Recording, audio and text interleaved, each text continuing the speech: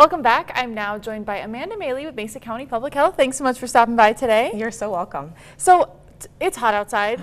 Isn't it? It is. Yes. I mean, and the heat affects so many things. People's bills are going up. People don't want to go outside as much. At least I don't want to go outside as much. So talk to me a little bit about how else does the heat affect us? How can we stay safe? All of these summertime activities, why we live in Western Colorado, all the things we love to do, put us outside, right? And so when it's so hot, we can really be exposed to heat and that direct sunlight. But what you can do, just think about scheduling your time outdoors. We don't want people to not go outdoors at all, but we really want people to be cognizant about when they're outdoors.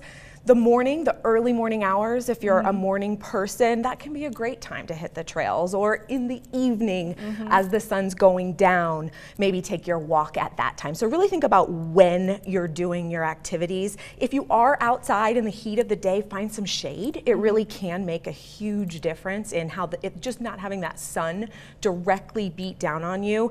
Stay inside if you can. We know that it can be so hot and it can get to dangerous levels, so stay inside if you can. Your body's gonna tell you that you're starting to reach that uncomfortable part where you might be having some health impacts, and heat-related illness is a real thing.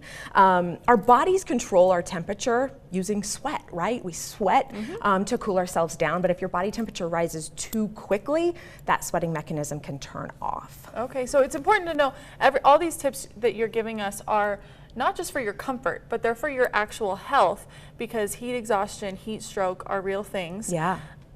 How do you know if you're having heat exhaustion? Yeah, so heat exhaustion, heat stroke, 2 levels of heat-related illness and 2 things to be on the lookout for. Heat exhaustion is not as severe. You might experience some cramping in one of your leg muscles or muscle cramping. You might experience tiredness or a headache. Heat exhaustion is a more severe form of heat-related illness. Your body temperature is likely above 103 degrees. Wow. You'll look very red and flushed and you won't be sweating. Your body no longer has that capacity, and you won't be sweating at that point. Interesting, okay. Something people don't think about too is we talked about you can control your time inside and outside, but what you're wearing actually makes a huge difference as well.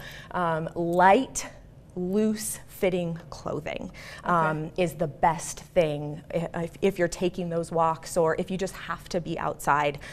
Think about what you're wearing and just do a little extra planning to cope with all this heat. Okay. Now heat stroke, that's like a step further past. Yes. How do you know when it's gotten to that point? Yeah, so the heat stroke is when you're going to stop sweating completely. Okay. Your body temperature is really high.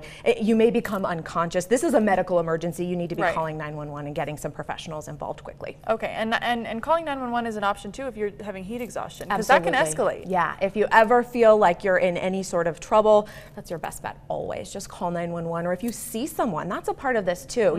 We're all experiencing this heat, and young kids and the elderly experience heat differently. Their bodies regulate differently. So check in with your neighbors. Be a good community member and citizen, and kind of be aware of those around you and yourself. Yeah, it's important to think about. Where can people go for more information? Yeah, our website, health.mesacounty.us, is a great resource. And our Facebook page, we actually posted an infographic that shows the difference between heat stroke and heat exhaustion, so people can actually see some real-time stuff. Wonderful. Thank you so much for coming on today. Course. And we're going to have all this information available as well on westerncelebrinow.com, so check it out.